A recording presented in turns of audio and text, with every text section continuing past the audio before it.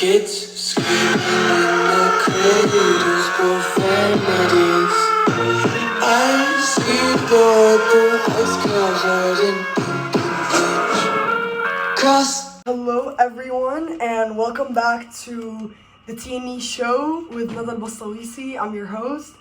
The taboo, the nuance, and everything conservative parents don't want you listening to. Let's get right into it, but before we do, can you please introduce yourself? Here's my guest. My name is Amin, like amino acid, and I study chemistry, so that's actually funny. You know what? I actually find that funny. Yeah. I'm such a nerd. I used to love chemistry. I'm an excellent student. Oh, okay. Yeah.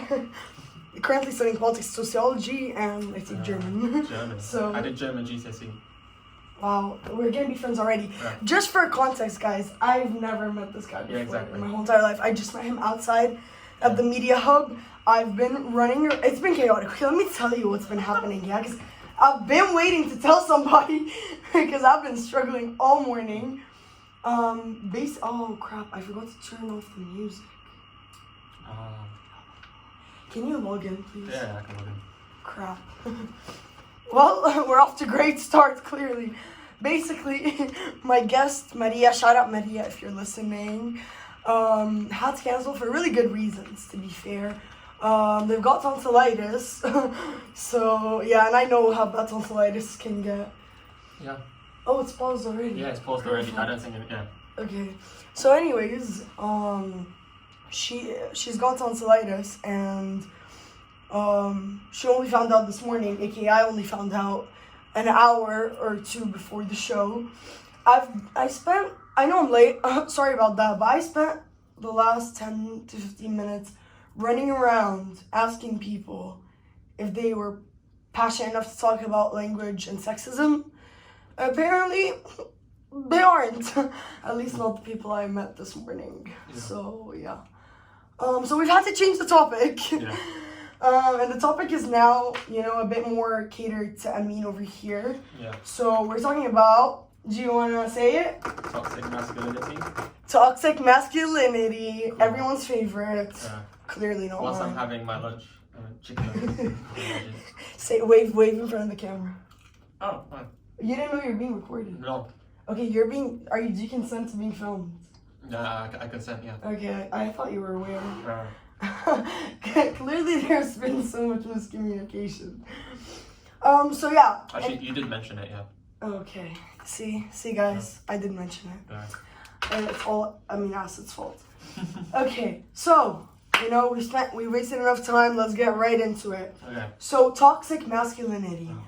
So what we like to do on the TNE show, so just so you know, by the way, they're gonna hate you because you're like eating right into their ears. Yeah, I know. But I think it's pretty funny as well. Okay. Yeah, so we like to start by defining, sort of like the major terms, just so we're all on the same page here. We're a family. Yeah. We're sort of a family. Yeah. I don't know if there are any haters, but you know what? If you can come to the light side, it's okay. Regardless, I'll just call you family for the sake. Can I give my current thought right now? Okay. When I was doing my A-levels, I was friends with a lot of people that studied politics, and we'd have a lot of political conversations. Amazing. You don't know anything about politics. But as soon as I started uni, I haven't had a single political conversation, really. So now I'm rusty. I'm excited as well. Okay, that's so fun. I'm really excited I found you, actually. I think we'll get along. I think you might. You know what? Actually, I'll save this comment till we talk about toxic masculinity first. Okay. But as of this moment, I feel like I'd probably have you back on the show. Yeah? Okay, cool. As of this moment. Let's be clear. Yeah. Okay. Well, I'm actually getting paranoid right now. Let me check if we're recording. In the meantime, can you define toxic masculinity in your terms, and then I'll actually define it. Okay.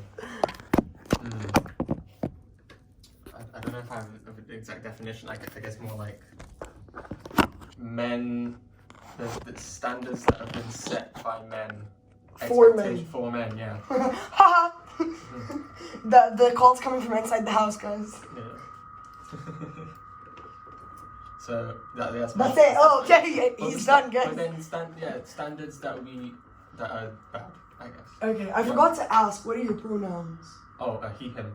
Okay, cool. So, what's it called? So, he said that, I agree with Amin's definition, but to add a bit more onto that, toxic masculinity is obviously, like many other fun stuff we talk about here, is a social construct, it's one of many, and it's sort of this collective notion that like, oh, I'm a man, men need to be tough, men can't cry. All these fun stuff are included within that umbrella term. So yeah, all of those things go into the definition. But yeah, it's basically, as it says, it's toxic standards for what masculinity is. When, in fact, masculinity is more of like an energy, but it's defined in really, really harmful ways by society, and that's what we're here to, deconstruct and get into on this episode. Yeah. So now I want to ask you, what are your thoughts, so what does masculinity mean in your society? How was it taught to you? And what have you grown, and I'm hoping you've grown, to define it? Well, I think from my life experience, you say stuff like, men don't cry, all that kind of stuff. Even when I was younger, I was smart enough to know that it was ridiculous. I would see people crying around me. That's really amazing. I think in terms of, I love music, I love films. When I watch a film, I see a man cry in a film. But I would still hear the phrase, men don't cry. And just to be clear, what's crazy is that I've experienced more stigma since coming to uni. Really? I feel like, I mentioned on my show yesterday, the Music Player Society radio show, that I once entered a room crying. All these men were basically kind of just like, get out, you're ruining the vibe. What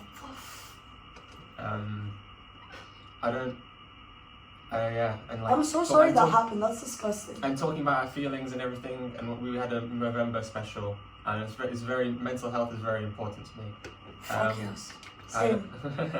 I think they're definitely, like, now I'm older, I do realize that I've been someone who's very open and always talks about my feelings, but I've noticed my friends especially, they do feel that they can't, and there's also people I have met who judge others for it and call them awkward, and yeah, I don't appreciate that. That's horrible. Number one, I'm so sorry to you and to everyone that's experienced something like that, because it is horrible.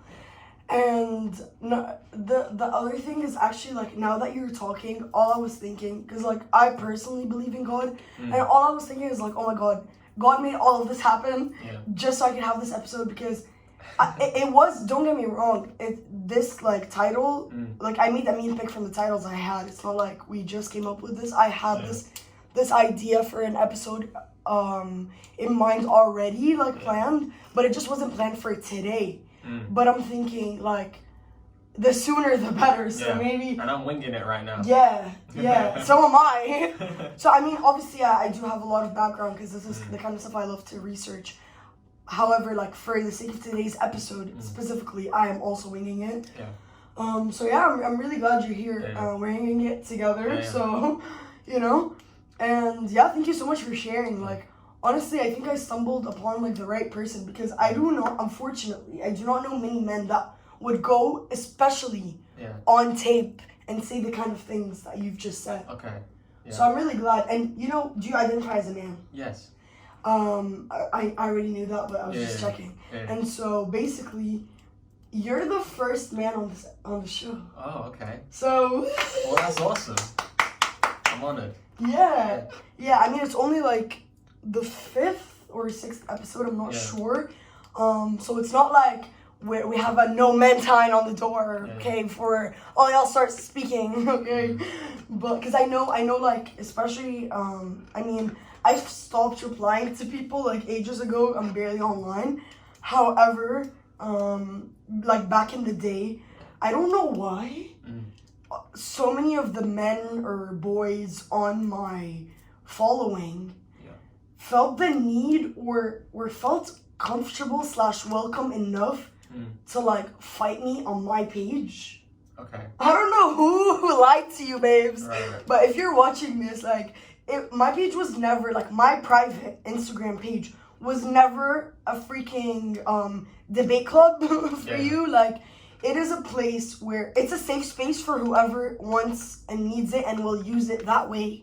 Do you know what I mean? Because this is not, like, it's not like a formal page. It's not like, it's, if you came to me maybe on the TNE show, comments or something, that would be more formal. That's different. But when you're using like my personal, and again, like no one has done this in a while, but back in the day, when I used to reply, like so many people thought that they can argue with me or like whatever, and I'm like, babes, who invited you? Like, I'm here to share stuff that will help certain kinds of people. If you pick up on it, if you relate to it, beautiful. That's what I intended it for. If you don't, keep it pushing. Do you agree? I agree. Like, I mean, if I was like, hey, what are your thoughts? That's one thing. You know, I think it's a really big problem, especially like, I mean, it's a problem worldwide, but more so in my personal experience in the Arab community, people always think that they have this like lifetime, unlimited subscription and invitation to comment on you, to criticize you, to give you advice when you've never fucking asked for it. Apologies for the swear. Oh yeah, sorry. Actually, like, the thing is, we swear on this show. Yeah. But the only thing is, like, I don't want YouTube to flag it. Yeah. So that's the only reason I'm sorry. YouTube's fine. It's the BBC listening to the radio. Oh. Yeah. I wasn't aware when it was discussed. I'm so sorry. Okay. Yikes. You don't get many listeners anyway, come on now. Oh no, don't tell them. The haters just go. No, thankfully we haven't had many, at least not vocal haters. But I hate it when like I posted something on Facebook just about Disney, right? And then suddenly there was just like a bunch of people in the comments just arguing about Disney, and I was just kind of like, I did not share this post. Start a debate. Like take it. Yeah, take it how it is. Like just take it or leave it. Like. Yeah, but the thing is, I mean, it helps the views, right? I mean, people are commenting all sorts of stuff. Go ahead. As long as you're not sending it to me privately. Yeah. Say whatever you want. I couldn't care less. I do have one YouTube video where I'm just I'm playing The Last of Us 2, the game. I'm so sorry, I don't know. Oh, okay. Well, I ended up getting like 118,000 views, and it's just a simple video, right? And someone commented saying, "Oh, you stole that well," right? I stole it. He says I stole the video, right? And then Damn. And then I said, what do you mean? He sent me the video that he says that I stole. I said, check when that was uploaded and check when mine was uploaded, and he was like, oh, sorry. People love to talk shit, and people love to talk shit unprovoked. And most of all, people like to talk shit before fucking thinking or checking the facts first. Which makes me so angry, because if you want to argue, if you want to have a debate, hey, I'm all for debates. It's all about the space, you know what I mean? Like, everything has its own place, right? So like, if it's a debate club, if it's a debate space, let's debate. If I'm in the mood to debate, you're in the mood to debate, let's debate. But if the purpose was not debating, and you unprovoked and without asking just come to fight, move from me, fam. Like, as these British people say. Because I'm good. Me personally, I'm good. Alhamdulillah, I have a life. I'm busy. And I'm tired, frankly. I'm quite fucking tired. You mentioned that, but I was talking about in my November show. I've heard a lot recently, there's a time and place. And I completely agree with debating, but I was talking about men opening up about their feelings. I've been told a lot, there's a time and place. You're making it awkward. See, I disagree. Because that's different. That's so different. There's a difference between, hey, this is not something I need. Like, as a human being, I don't need to debate. Yeah. Like, obviously, I need to, for example, ask for my rights or whatever. That's part of my rights. But I mean, like, oh, if I was like, I don't like Friends, you over here, allegedly made your friend's fan. Yeah. You don't need to debate with me Yeah. on Friends. You Exactly. know, that's different. I love Friends. Yeah. I also love Friends. So, anyways, But yeah, like, I've been hearing that a lot. There's a time and place when someone starts opening up, talking about their problems. They're saying they're ruining the vibe, they're making it awkward. that's messed up and I hate selfish. it. I hate it so much. Yeah. Recently, like, I said to somebody, oh, I feel like crap, and they just said to me, oh, do you need to go to bed? And I got angry, and like they probably like misunderstood me, but I was just like, Okay. that's not what you say when someone says they feel like crap. You Yeah. say, what's up, what's wrong? Yeah. Oh, Or you right. say that fucking sucks. Yeah. How can I help? Yeah. Or you say, hey, that's really horrible. Mm. Unfortunately, I don't have the mental capacity to help you Yeah. with that, but let me pass you on, or have you considered talking to someone? I get having personal boundaries as well. But there's a difference between that and being a freaking mean person. Sorry, Yeah. I just had to Make sure you didn't swear. yeah. But go on. Yeah. Tell me what else you think about that. Yeah, this has bothered me quite. I am a very open person. I probably overshare quite a bit. Very anecdotal. Whenever someone asks me how my week was, I will literally, I will tell them everything, and they'll be like, "I was just expecting a good thank you. How are you?" See, that makes me kind of mad, you know, because it's like if you're asking, but you're just asking Yeah. to be fake or to just be cordial, Yeah. like maybe make that clear, because Yeah. or at least don't get mad when I take it literally, because you said something and it's not my job, and that's something I've also learned throughout therapy. It's not my job to overthink and analyze your feelings, your mood, your facial expression, everything about you every single time when you choose not to tell me exactly how you feel and to make me struggle. Like, I get it sometimes. There's a certain situation where it's like, read the room. But most of the time, it's like, it's so easy for you to just be like, oh, by the way, this is what I meant. Or, oh, like, what's up? Or not even what's up, because what's up is a question, but like, oh, hi. Like, you can just stop it at hi. Yeah. By the way, like, disclaimer. Like, by the way, like, I'm just going to put the caption, like, disclaimer. If you don't want to know how I am, you can just stop it at hi. You know? And personally, I haven't really had that problem, thankfully, which begs, like, it furthers the question of, like, why have you experienced that a lot more than me? Because I'm thinking, obviously, we're very different people. Yeah. There are a gazillion reasons, potentially. But if I'm gonna get into, like, umbrella terms or generally speaking, we're both Arab. Yeah. I'm Egyptian. Yeah. I was born in Egypt. I moved to Abu Dhabi when I was, like, 2. Yeah. I lived in Abu Dhabi my whole life. Yeah. Till I was 17, moved to Cyprus for 2 years, which is not an Arab country. It's part of Europe. However, it is Mediterranean, so there are some similarities. And I've only been in the UK for like 3 months. 3 months. Yeah. I'm from Derby. I've been here my whole life. Oh, Yeah. okay.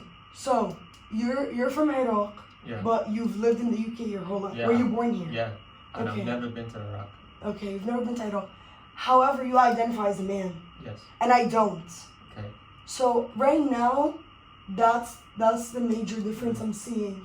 Are you seeing any other differences? I think Like that could be the reason behind why you've had that experience had- so many times, and I haven't. I'm somebody. I have lots of interests, and I've been in many different kind of friendship groups. Same. I'd say. Wow, guys, we're like basically best friends. Yeah. Okay. Sports, especially. I'm very into football, I used to play football in high school. and I've always felt I was not as welcomed in the football community. Even like in primary school, my teachers, complimented me saying I was very good at football, but all the other kids were never. I've never been the most competitive person. And I definitely feel like in football there has been more, toxic masculinity kind of stuff.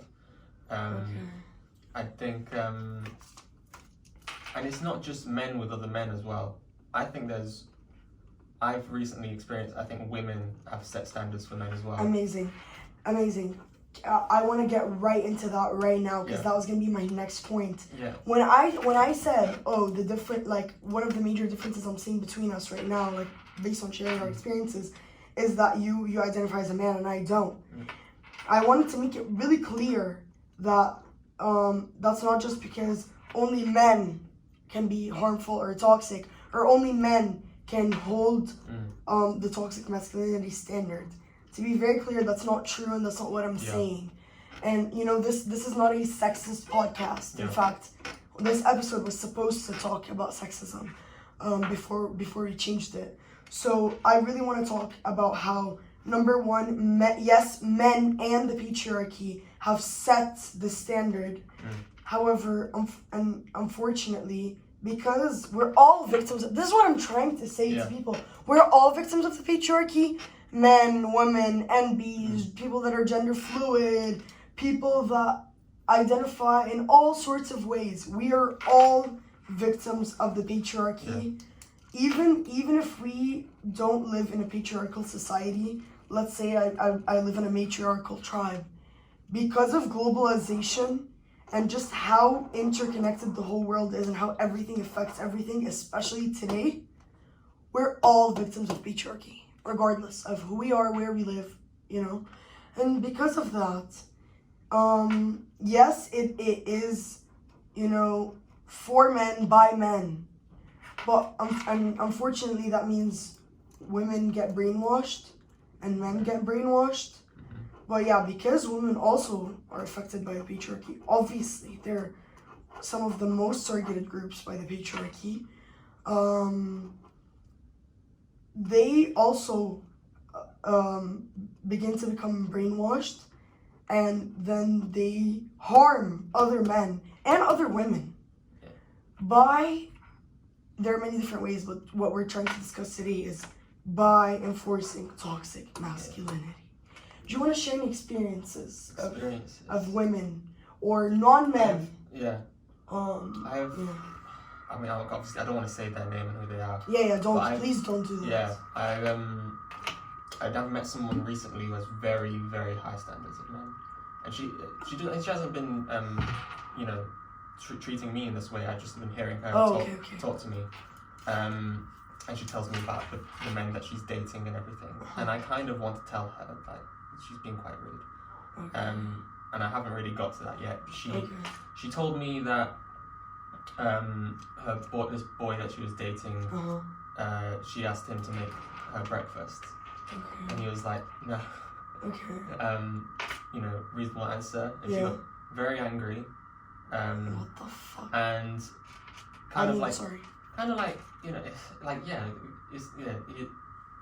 sure, like make her breakfast. That's romantic, but like don't. It's not expectation. It's a nice thing to do. Yeah. But not a must. Yeah, don't. And then to prove a point, she called her brother, and said, "Oh, there's this takeaway in Manchester I really like. Can you get me it?"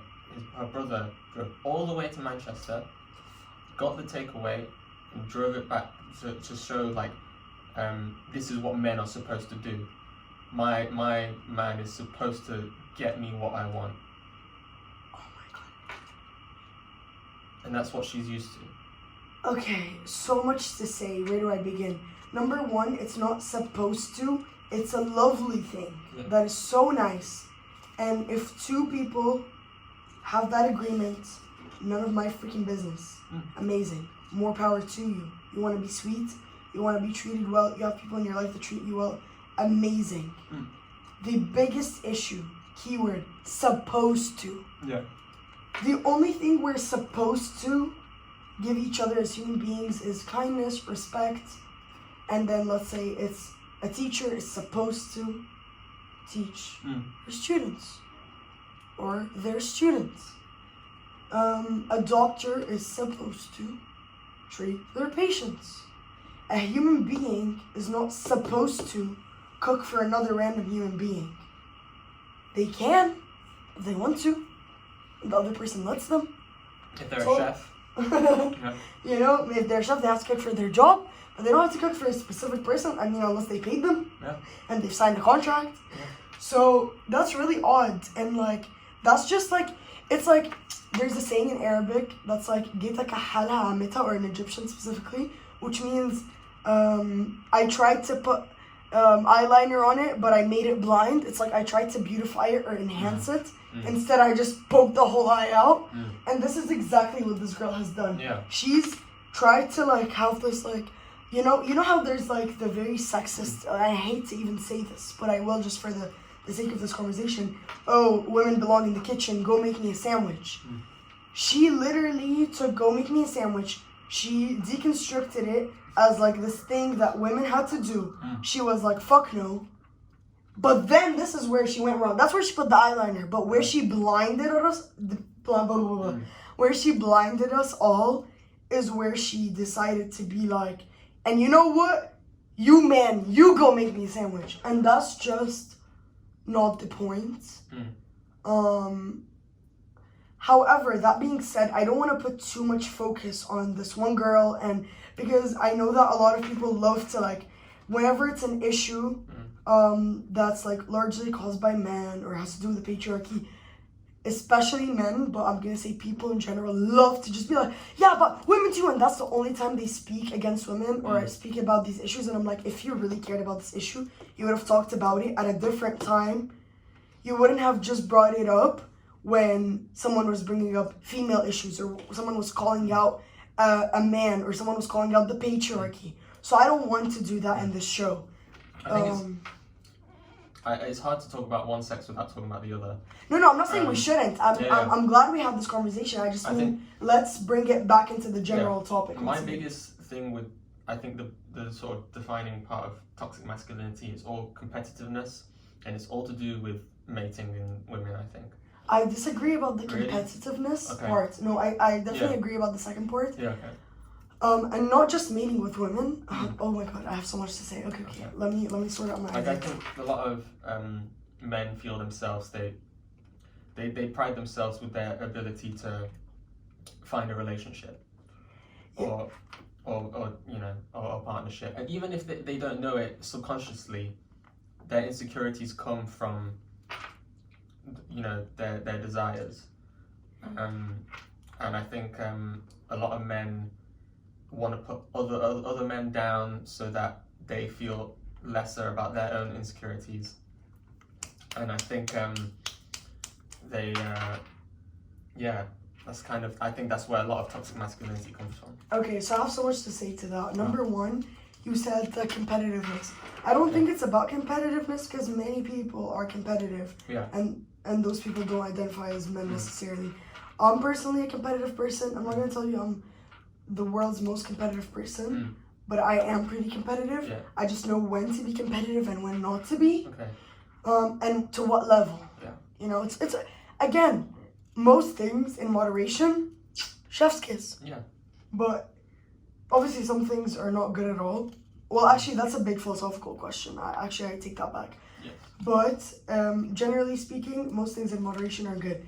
But I think it depends on the type of competitiveness and the context. It's all about context. One of the things I've always said is it's all about perspective, which I actually want to have an episode on that. So let me write that down before I forget. But I don't think it's necessarily the competitiveness. It's all about the context. Let's get into how. So you've already kind of gotten into that of like, and this also goes out to the general public. Like, it's really sad and not constructive, frankly. When people, instead of like aiming higher and being like, this person's better than me, oh my god, let me be on their level. Yeah. Or let me become even better. And it's a whole other thing to be like, oh my god, they're better than me. Let me put them down so I'm higher. It's like, well, you didn't move up, babes. Yeah. You're not better. You just made them worse. Now you're ruining society and you're not moving forward. So it's like, it's the complete opposite of two birds, one stone. It's two stones, no birds. Yeah. No, I remember when I did football, I was like 11 years old. There was this one kid on my team. We'd all line up with the football to take a penalty. And he'd always just take my football and kick it away. And I'd have to run for it and go like, and it'd be so annoying and frustrating. And I know it was just because this kid, I was doing better than him. And he was just trying to make things more difficult for me. And plus his dad was the coach. Oh my god. Yeah. Can I share an experience, a similar one, that you're just reminding me of? Basically, when I was when I was really young, like my second school, so from like second grade to like sixth grade mostly. Not to say that this hasn't like happened later on, but as well, but it was like really big in this time in my life. Basically, I never even like had this conversation with those people, even though I technically still know them. I mean, I haven't seen them in a few years, but if they're listening to this podcast, it'll be the first time they hear about it. And these words, obviously, that I've processed as I got older. But basically, when I was younger, I was like, I've always been a really like high achiever, and like the reasons behind that we can get into in a whole other episode. Has to do with how I grew up and my attachment styles and all that good stuff, which this episode is not about. But basically, and just to be clear, I have never been socialized as a man. I've always been socialized as a woman. So I just really wanted to highlight that this also happens to people socialized as non-men. Basically, I was like kind of the top in my class, like in sixth grade. We had like a graduation because that was middle school to high school for us for some reason. And then basically I got this like trophy. I think my parents still have it, or I still have it back home in Abu Dhabi. And I was like basically the top student in the grade or whatever. And because of that, people that were my best friends, quote unquote, used to bully me. And like when I grew up, obviously it hurt me so much, and like I was never someone that was like too close to their parents.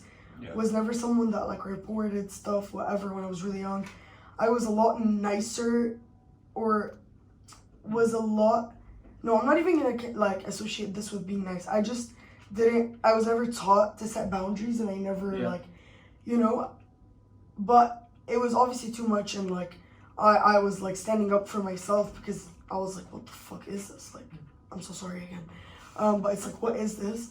Like, you're supposed to be my best friends, like what's going on? And then it got too much because they kept calling my house and they would not stop, my house phone. I eventually just had to tell my dad. I had no choice. And like, it was so horrendous. Like, I was a little child. I had to literally tell my dad what was going on with my best friend, something that I was so uncomfortable doing. And just so he can get the calls to stop. And like when I grew up, I started like obviously like going to therapy, processing. I've always been an overthinker, always analyze, always love to research, read, learn, find out more about myself. And I started remembering how like those people's parents really idolized me. And they always compared their kids to me. And they always like really liked me. And so I was like, holy fucking shit. Sorry again. My quote unquote best friends or childhood best friends were just jealous. And they were just hurt because their parents compared children, them, to me. So then they bullied me. And they probably didn't even just compare them to you, they probably compared them to everyone, to their cousins. Exactly. You know how it goes in Arabs. In Arabs, your cousin went into medicine, what are you doing exactly. It's a big thing in the society. Bullying is something that I've been thinking about quite a bit recently, because I've never considered myself as someone who was bullied. I'm so sorry to cut you off. I never considered myself to be someone who was bullied until very recently, because I was like, they were my friends. I stood up to I stood up for myself. How was I being bullied? I was being fucking bullied. Like, I can for sure tell you I was being bullied. I always felt like I stood up for myself. I always fought back. I always, I never felt scared that much. But I look back and I think they were horrible to me. And I've been punched, I remember there's one thing when I think of being bullied, is I walked into my form room, I think I was in year 10, and all these other big kids just picked me up and started basically playing piggy in the middle with me. That's horrible. And there was this one girl just watching all these other lads just laughing. That's horrible. But like, that's horrendous. So sorry. And I got my revenge with these guys. But what does that mean? I don't know. I was just rude to them as well. I was rude back, or That You know, was just a joke. I Yeah. knew he wasn't criminal. Well, I was like, yeah. Or I was like, definitely didn't. I didn't go home that day upset about it. Wow. Yeah, which is weird. But then there was this guy in my school who posted on Facebook that he was bullied, and it made me think like way worse stuff happened to me than to you. But I think he was someone who was vulnerable at the time, so stuff got to him more easily. And here's the thing though, I'm very not pro comparing. Yeah. Because trauma can take so many different forms. Yeah. And something that to me is the most traumatic thing in the world could have been a normal Wednesday night to you. Yeah. And it doesn't hurt you and it doesn't matter to you and Exactly. you truly just don't care. But to me, it's quite hurtful and it traumatized me, and that's valid. You not being upset about it doesn't take away, and me being traumatized doesn't mean there's something wrong with you. Exactly. And I think I think if you guys were to take one thing from this podcast, I want it to be that line, as well as it's all about perspective, and be kind to each other. Although it never bothered me as much, I look back and I feel sorry for myself, and I think. So do I. It definitely instilled maybe like at the time it didn't hurt me, but when I think back I was like, why did they do that to me? Yeah. And that gives me a sort of current insecurity. So do you think the fact that you, for whatever reason, whether it's society, being socialized as a man, who you were, being too young, whatever the reason is, do you think the fact that you did not process it or get upset about it then, the fact that maybe subconsciously you bottled up your emotions, is the reason why you're affected today? Oh, I'm not sure. Maybe. I'd look into that if I were you. Yeah, maybe. Yeah. And if any of you relate, I would look into that. Because that's the case many times. I'm not going to say all the time. But that's the case more times than you would think. Yeah. And of course, like, I don't want to be a hypocrite.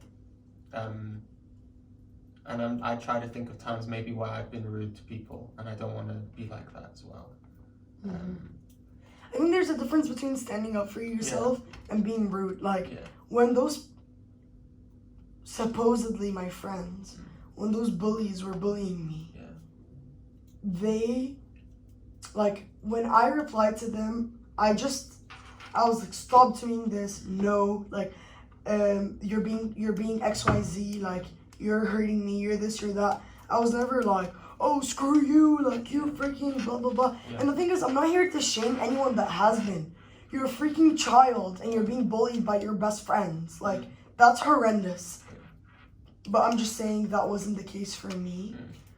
I don't remember exactly how I replied. I just remember that I was just standing up to them, and that my dad ended up telling the principal, and somehow they twisted it to blame me as well, which was quite literally the definition of gaslighting. And when I grew up, I was like, I was too naive and kind and sweet at the time, to the point where I didn't even understand what gaslighting was, let alone how to do it.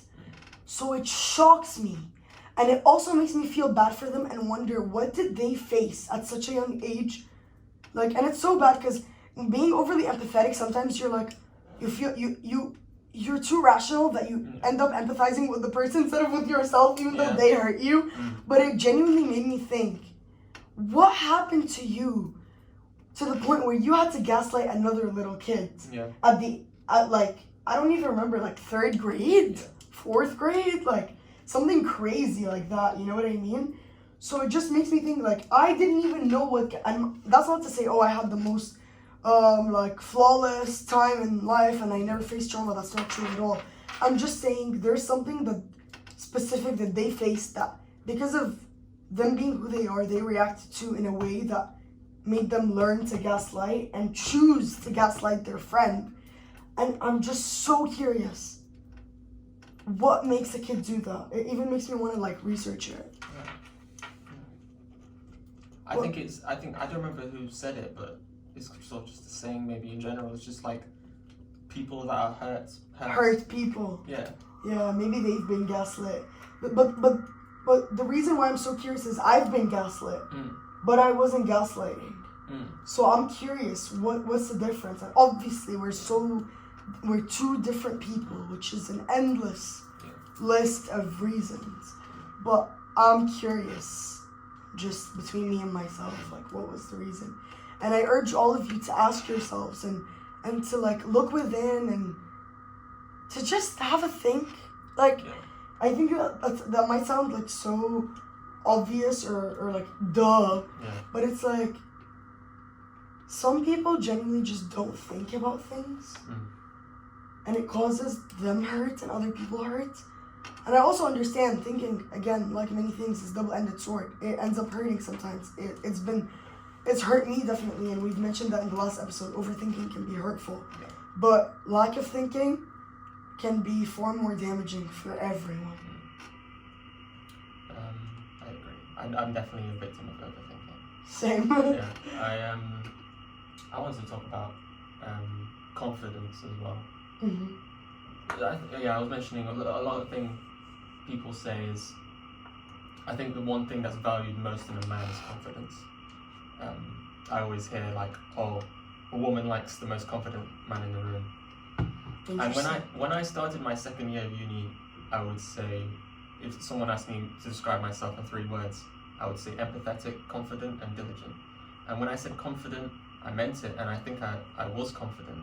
That's just because, and I've thought about a lot why was I confident, and I think it's just because I surrounded myself with people I felt comfortable with. Okay. I put myself in a lot of situations that I didn't find terrifying or anything. But over the second year of uni, I lost my confidence a lot. I think I surrounded myself with more people that shouldn't have. Had more bad things happening. Course is more difficult. And now if you were to ask me to describe myself in 3 words, I wouldn't say confident, I'd say brave, because before something didn't scare me, I was just confident and sure of myself. Because now it scares me, but I still do it. I remember the first radio show I did, I was terrified. Wow. Absolutely terrified. And like, I'm so proud of you. If you asked me a year ago to go on the right now I feel confident. If you asked like a year ago, I would have been like just like this. But when I did my first round, I was terrified. And look at you now. Yeah. You're like quite literally a last second guess. Like, this is a spontaneous participation. Yeah. So I'm really impressed. It feels somewhat spiritual. Wow, that's so cool. You know, actually, you're the first person that I find that describes, like, I mean, I'm sure there are other people out there, but that I've personally met that, aside from myself, that describes, like, non-traditionally spiritual things as spiritual. Okay. Like, sometimes I'll meet someone and I'll have, like, an afternoon or evening with them. Yeah. And, like, I'll tell my best friend the next day, like, oh my, that was a spiritual experience. Yeah. And, like, I think people, like, I don't know, associate spirituality just with, like, talk about the soul or talk about, I don't know, belief systems or whatever. Like, it more related to, like, either religion or, like, certain spiritual practices. But I find that a conversation can be spiritual, even if it's not about spirits. Yeah, I agree. I'm so glad that you find it spiritual, you know? Yeah. And, I believe in destiny and all these things. So do I. Yeah. Cool. Do you believe in God? Yes, I do. Cool. Okay. Not that this, by the way, this does not reflect, like, the views of the show at all. It's just our personal views. Yeah. Anyone is welcome to watch this show, whether you believe in anything or you don't. But yeah, just to refocus back onto our topic, because I know, like, I've personally been enjoying this. I feel like you have been too, but we're kind of getting distracted. So I want to get back to, like, toxic masculinity. So I want to talk about 2 things. Okay. Number 1, what do you think the causes of toxic masculinity are, if you had to put it down, like, or summarize it in 5 words? 5 words. And then 5 words. They can be sentences. Okay, they can be 5 words or sentences. And then 5 words or sentences as to how we can combat this. And I especially want to ask you because you're a man. Yeah. And because I want to hear a man tell other men. Because unfortunately, something that this is from research and from personal experience, men tend to not listen to non-men as much, which is really disappointing. But it's also why, like we've mentioned in previous episodes, it's quite important to, like, some men, like, say the excuse for not being for not being a feminist, they say their excuse is like, oh, like, it's not my place, like, whatever, I don't fit in. When in fact, there's more than a place for you, because we all need each other on this earth, and we need feminist men. Unfortunately, we need that because, sadly, a lot of men don't listen to non-men. And so when you represent feminists, you represent minorities, you represent anyone that needs to be represented, especially being in a patriarchy, being a man in a patriarchy, you have so much power, and it's unfair, but you might as well use it for good. So I really want to take this opportunity to help you use your voice for good. Okay. Well, I wish I was able to, like, think about it for a bit, but I mean, I can give you a minute. Yeah, I don't know. I think So what was the question originally? Okay, there were two questions. Number one, what are 5 things that you believe cause, like, are like some of the top causes or forces behind toxic masculinity? Personal desires. And I think when people find that something's getting in the way of their desires, they will sort of attack people that are maybe that they're jealous of, trying to achieve it, or, you know, we mentioned it before, trying to bring them down. I think your own insecurities. Wait, sorry, before we move on from like the number one item, like, can you please say, like, the reason and then how we can combat it, and then do that like 4 more times? So desires. Understand that, you know, desires and dreams, they are dreams, and I've achieved some of my dreams, and I have not achieved some of my dreams, and sometimes I've achieved things that I didn't expect to achieve. And I think someone that chases a dream so much is just going to end up getting hurt and hurting other people. Sometimes, like, I love this film Spider-Man 2. They say you need to learn to give up the thing you want the most, even your dreams. Interesting. And what does that mean? Can you give me some more context? Like, I think there's a lot of men obviously want success. And they put success in this pedestal, that this is their aim for success, and sometimes that's a good thing, but when it's an aim that is just not healthy, I don't know how to explain it. You're not going to achieve a happy dream. It's kind of like, have you ever seen the film There Will Be Blood? No, I haven't. It's about a man who he's part of the oil industry. Like, he's set in the West, like cowboy times, right? Okay. And he's trying to dig up oil, start a business, sell oil, make loads of money. That is his dream. And in the process, he's just rude to so many people. And at the end of the film, spoiler alert, he ends up completely alone. And the people that should love him the most and be there for him the most aren't. I'd say that guy in that film is someone who is a toxic masculine person, who sets standards for people and standards for himself and wants to bring other people down when they get in his way. Even at the very start of the film, this man dies, and he has a son, and the main character takes care of this boy throughout the whole film, but really he doesn't love this boy. He is just using him for his own benefit. And I think it's all based on his desires, really. And I think if that guy at the end of the film, I don't know if he realized, but I think the people watch the film realize that following his desires and doing bad things to get what he wants ultimately ended up ruining his life. So it didn't cause him success. It didn't cause him achieve. Yeah. So basically, the lesson is like if you have a toxic dream Yeah. or a dream that's driven by toxic masculinity, let it go, because you're not gonna reach it. You're just it's just gonna be the vessel to your demise. Yeah. You know. Okay, wonderful. That was a great answer. Okay. Okay. I hope so. Yeah, it really was. Thank you. I mean, I have ADHD, so I zoned out for part of your explanation of the film. Yeah. To be very honest, I know I looked like I was really listening. Yeah. I wasn't. I'm sorry. I was masking. Okay. But I listened to most of what you said. Yeah. Except when you were explaining the plot. Okay. My brain just can't. Yeah. And yeah. So now let's go on to the second point. Okay. So what do you think is another drive behind toxic masculinity, and how can we fix that? Okay.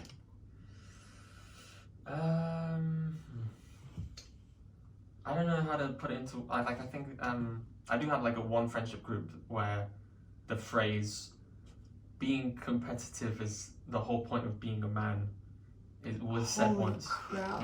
That was said Whoa, once. you're still in that friend group? I am. I'm judging you so hard Okay, right now. Damn. I take the good stuff from it. Okay. No, I'm just kidding. I don't know you. How can I judge you? Yeah, but and in this friendship group, they do have a lot of. I bet you can do more push-ups than you. I bet you I can do this more than you. I bet you I'm faster than you. And it's kind of. There's a place for that, but then there's a place where it gets too much. Yeah, I've never been someone that enjoys that stuff. Yeah, that's weird. I'm so sorry. That's weird. Like, for me, if it's like, let's say we play a sport together or like whatever, but if we're just casual friends and this is what we do all the time, I'm so sorry. That's freaking weird. Like, personally, like, you do you, boo. Personally, I think that's weird. Like, that's so weird. Yeah. I know I keep saying weird, but it's weird. Yeah. Well, I don't know. It's just, there's a lot of men that are like that, and I don't know why or what drives them to. Because they want to do this competition to show that they're better, but like what way are they better? It also makes me feel like they're just parents that didn't hug them enough as children, or like, especially some of the things I know like it's funny, but like it's not though. Like what you were saying in the beginning, some of the things that you were told, like you walked in crying, they told you that's not like. I'm so like. As much as I want to be like, that's horrendous, my first thought is like, I'm so sorry. Because what? You've just never been hugged long enough, have you? Like, for someone to say that, like, it's really messed up. It just shows how toxic the patriarchy is. It shows how toxic men are to each other. And it's like, you were socialized in this toxic way. Instead of being like, this is horrible, let me stand against it.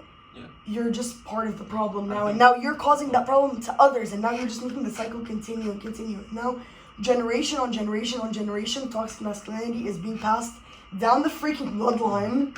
Yeah, I guess my third point, which kind of maybe links to the first one, is that there's a lot of portrayals of men that beat other men and hurt other men in order to gain success, and they show that. Being nice guys finish last is the same. Oh! You know? Oh my god, don't even get me started. I'm like, first of all, these nice guys are just people that are nice to get something from you. First of all, research this. Most men view interactions with women as transactional. Even if they're not bad people, they're just socialized and brainwashed into doing that.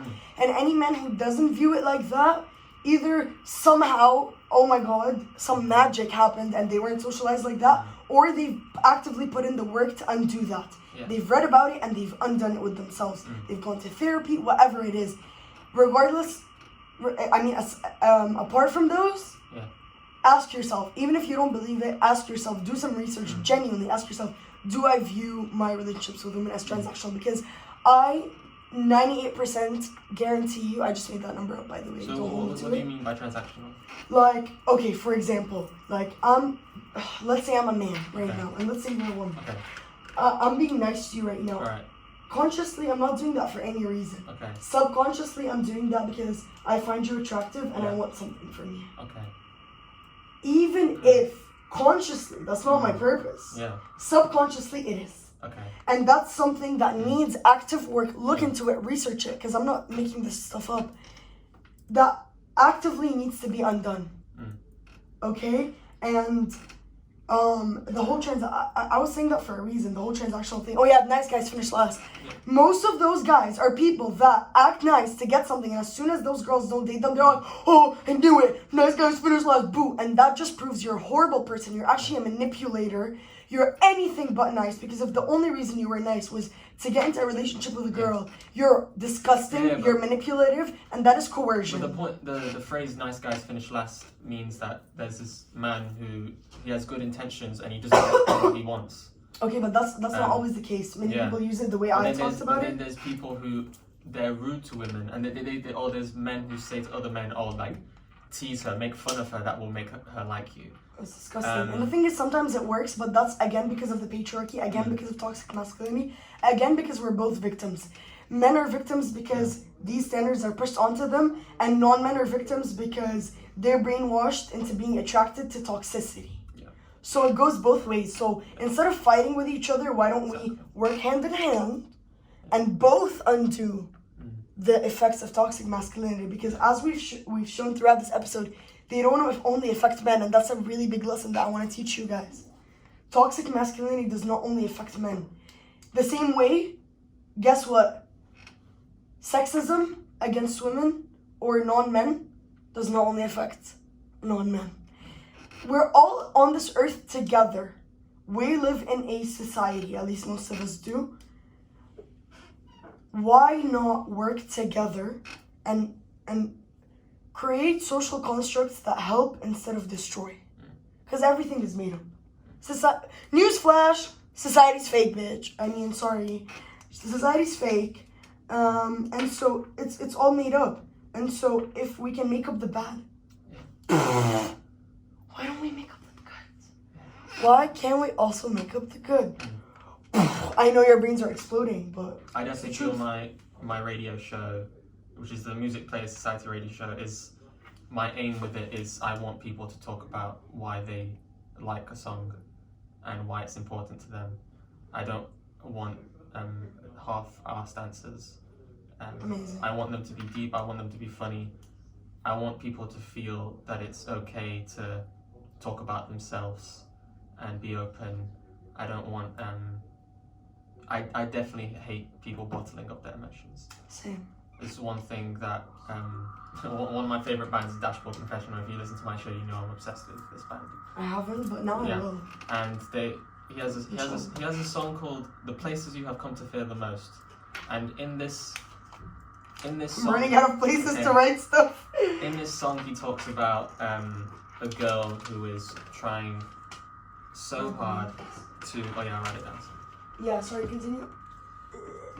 Places you have come to fear the most. Right? He talks about a girl who is trying so hard to look perfect on the outside, perfect makeup, perfect posture, but he says she's barely scraping by. And the truth is, because she's not talking about her feelings, or she's being someone else and she's detached from her true self, no one is paying attention to the hurt person inside that is lonely. For all of you Euphoria fans, this is giving what's her name? Do you know her name? Zendaya? No. It's the blonde girl. No, I don't know. How can I forget this? Maggie? No, that's the she has black hair. Have you watched Euphoria? No, I have not. I mean, it's not a must watch or anything, but I'm so mad. I can't even remember her name. She's so popular. Do you have your phone? Yes. Can you Google her name, Google please? Euphoria. Okay. Yeah, Google Euphoria character names. Because the thing is, the only reason like I'm pausing us to look up her name is, like, I think a lot of people can maybe understand what we're saying better using her example, because I know a lot of people watch Euphoria or have watched Euphoria. Sydney Sweeney. No. Yeah, exactly. Cassie! Oh, how did I forget? Cassie Howard. Yeah, exactly. It's like Cassie. Because Cassie, like what you're describing is exactly like Cassie. Okay. Well, not exactly, but pretty much. Yeah.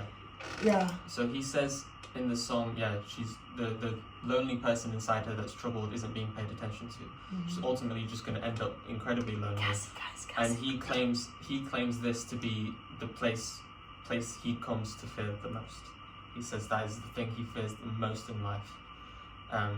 Interesting. And I think people showing them true selves, being honest and open, it ultimately ends them not being lonely. Because it's even worse feeling lonely when you're around people. Amen. And Oh my God, I have been there. Yeah. I've said that sentence before. Okay, and it's so I think people really saying, I want you to be your true self, that really, I think, ends loneliness, I think. Wow, that was really amazing, actually. Okay, cool, thanks. Thank you. That was really wonderful. Okay, and on that note, guys, clearly we need a part 2. Yeah. So I would like to formally invite you for a part 2. Okay, I'm excited now. Amazing, because clearly there's so much to unpack with toxic masculinity, and we've barely even scratched the surface. Actually, that's not true. We went pretty deep into some, but I just mean we barely scratched the surface in terms of the points to address. Yeah. So I really would like to continue this next time. But just to end on a positive note, and actually I don't believe in forced positivity, but it happens to be a positive note. Basically, I want to, this is a PSA, public service announcement, and I'm going to ask you for one as well in a second. To all the men that are listening, to all the men that will come across this podcast, whether on YouTube, whether on the show, or whether through the lessons that one of you might learn and then use to treat your male friend differently, or even the friend doesn't even have to be a male, but to men and to anyone else who needs to hear this, you're a human being, number one, before you are a man. Being a man is a gender. Gender is a social construct. Before you were a man or socialized as a man or agreed to identify and continue identifying as a man, you are a human being. And surprise, surprise, human beings have feelings. Your feelings are valid. You're allowed to have them. You're allowed to communicate them. You just need to find the right space. The University of Sheffield specifically offers mental health services. Please reach out. You can send an email to the mental health services. You can go on the SU website to find more information. You can comment down below on YouTube. You can DM me, and you can email. Does Forge Radio have an email? I think so. You can email Forge Radio. You have so many options. Even if you find me literally walking down the street, you can stop me and be like, hey, I've heard you. I need help. I don't know where to begin. I will be happy to help you. Number one. Number two, just because people around you are toxic doesn't mean you have to be. Yeah. You can find a different friend group. I know it's hard. I know. I've been there. I swear. Yeah. I've been there. I've had to, leave my circles many a time and be not only lonely, but also alone, which are not a fun combination. And I still tell you that that's better than being with the wrong people and being in a toxic circle. And you're also going to make mistakes, and I'm just going to say don't be hard on yourself. That's wonderful. Mistakes, you're going to learn from them, and that's what's going to make better decisions in the future. Just hold yourself accountable, be kind to yourself, be kind to others, learn, educate yourself before you speak. It doesn't even have to be crazy research. Even watching a podcast like this, I've done the research. I'm doing the work. You just gotta listen. And it's not just me. There are a million podcasts out there. Actually, Justin Baldoni has a podcast. I love Justin Baldoni, by the way. If any of you have watched Jane the Virgin, he's one of the male leads. He's Raphael. That's his name. He's amazing. He's also a director. And, I'm not someone that, fangirls or anything like that, but I'm actually a fan of his ideologies, the faith he follows, his work. Anyways, he has a podcast that's kind of about redefining manhood and masculinity. I forget what it's called, but it's something along the lines of what it's like to be a man, or how to be a man, or I don't know, something like how to be a real man, quote unquote, something like that. and I recommend it. I highly recommend it. This is not sponsored. I find it very funny we haven't mentioned Andrew Tate at all. No, please don't. Okay. Yeah, I'm gonna cut this part out. Okay. I don't want to shout out. I don't want to give this man. Actually, I'm not gonna cut it out, but Okay. I refuse to give these people a platform. Okay. I completely refuse. Actually, it's against my policy. Uh-huh. But anyways, so I won't be saying much on that because I just believe that these people thrive on attention, and I'm not gonna be one to give it to them. There are already enough people in the world giving them attention. Understood. Yeah, but yeah. Anyways, like we said, hold yourself accountable. Be kind to others. Be kind to yourself. Reach out for help. It's okay to need help. Don't stay in a toxic environment, and contact me if you ever need to. This is a safe space. Would you like to add anything else? Listen to my show Tuesdays at 7 p.m. Wonderful. Or just search MPS Radio Show on YouTube and it should come up. Perfect. Amazing. I certainly will be doing that. Thank you so much, Amino Acid. Yeah. This was another episode of The Taboo, The Nuance, and everything conservative parents don't want you listening to. This was Nadal Bastawisi. Tune in every Wednesday from 12 to 1 on Radio Box under Forge Radio to listen live UK time or watch the YouTube video that will be uploaded every Wednesday night on Hot Takes. You can also find the link on my Instagram channel. On my Instagram if you follow me. Bye. Have a great day. Shukran Habibti. Afwan. Broadcasting live 24 hours a day, 7 days a week.